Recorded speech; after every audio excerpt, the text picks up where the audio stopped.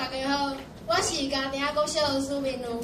今仔日我要念的台语诗是旧相片，一张古早的旧相片，黑白无透色，有淡薄仔臭腐味，记录阿公阿嬷青春的过去。少年的时，面貌哪像闪烁的明星，恋爱故事汤甘蜜甜，拢藏伫过去的旧相片。爱哭的我，摕伫阿嬷的身边，爱情的相簿有烧落的印记，内底有藏大家记忆。过去的点点滴滴，有可惜甲甘甜。相片亲像一张无见的批，无字毋过会讲话。时间像一支无形的钱在飞，陈年的往事已经过。一张一张留伫相片，等咱来敲吹。多谢大家努力。哇！